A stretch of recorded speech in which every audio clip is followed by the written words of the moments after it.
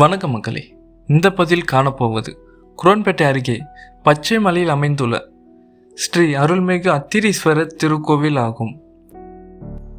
இக்கோவில் சித்தர்கள் வாழும் மலை என சொல்கிறார்கள். இந்த கோவில் அருள்மிகு அத்திரீஸ்வரர் மற்றும் அனுஷ்யா தேவி உள்ளனர். இங்கு சிறு குளத்துக்குள் குகை போன்று அமைக்கப்பட்டு ஸ்ரீ பாலாம்பிகை காட்சி தருகிறார்.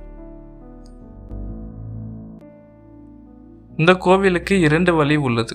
முதல் வழி படிக்கட் மூலியமாக ஏறி வரலாம் மற்றும் பைக் மூலியமாகவும் வரலாம்.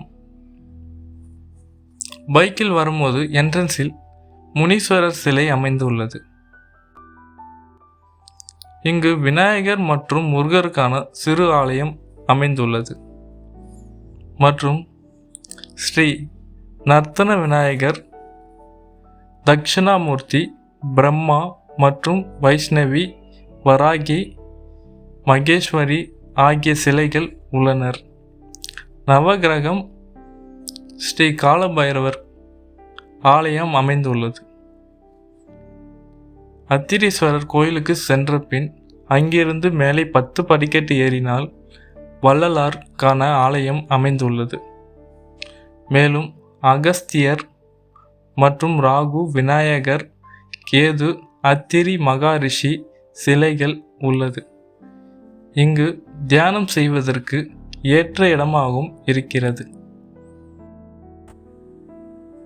கோவில் நேரம் காலை 7:30 மணி முதல் மதியம் 12 மணி வரை, மாலை 4:30 முதல் 8 மணி வரை கோவில் திறந்திருக்கும்.